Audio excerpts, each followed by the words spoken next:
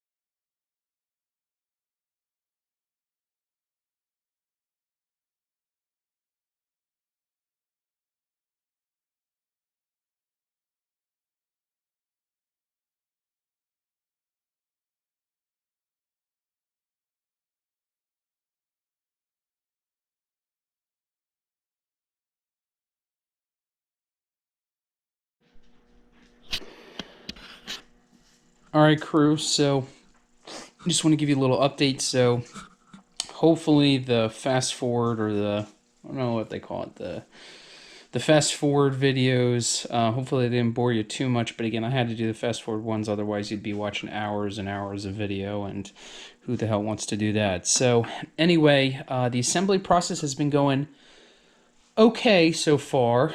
I would say the trickiest part in putting the main crank housing, that's what I'm calling it, the main crankcase housing here, these two together, was actually putting your shifting gear in here. So again, this is like, it's like an engine and transmission combined. So in assembling this, with this was the most trickiest part. So I put it all the way to where I thought park was. However, I just couldn't get it to assemble right. It kept binding. So just, I would say, a quarter inch before finally closing, I like shifted this into gear and then closed it and then snugged down on everything and then was able to go into park.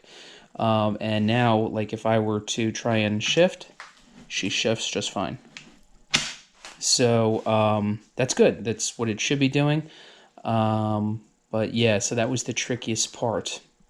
Also, this is a messy process, you know, because I'm like lubricating as I'm going. So I'm lubricating everything, and I can't stress oil in the piss out of everything right away. Especially the oil pump. You know, the oil pump here, you want to like prime that with oil. It's already got like oil in it, but you want to prime that and get that saturated before you put everything together, because you don't want that sucker running dry. The sump pump on this thing was absolutely disgusting. I mean, I'm embarrassed. I couldn't even show that. It looked like a bunch of chicken shit and hay, for Pete's sake. So what a waste. But I got everything on here. I got to do the separate housing. This is the oil lubrication side of it. And then this is your actual transfer gear that will transfer power to. This is either, I think this is to the rear and this is to the front. Yeah, this is to the rear tires, and this is for the front for 4-wheel drive. So again, I gotta clean this up a little more. I gotta assemble these two together. The bearings, so these bearings, so like this bearing housing here, it sits in here really nice. It's super tight. You do get, you know, I do have a main bearing seal for it, which will seal this up. But one thing I noticed when I took this off, there was, I'm gonna rip this out, there was gasket sealer, like make a gasket in this channel here. A little surprised that there was. I'm not too sure why. It was a very small amount. Again, I'm not 100% sure why, but we're going to put it there too. Now that I'm thinking about it, the only thing I can think is they didn't want oil leaking here. So I'm going to put a little bead of make a gasket on the housing on this side and that side. That way when I put this together, we have another good seal. So again, as I'm putting everything together, I'm lubricating like crazy. I've never put one of these engines before, so let's hope I'm doing the right job, but I'm being very methodical about it. So yeah, next step will be to put this cover on. Then I'll be putting the piston and the housing on, so the main cylinder. So we'll see how it goes, but that's the Ausa update for right now. Hope you enjoyed the video.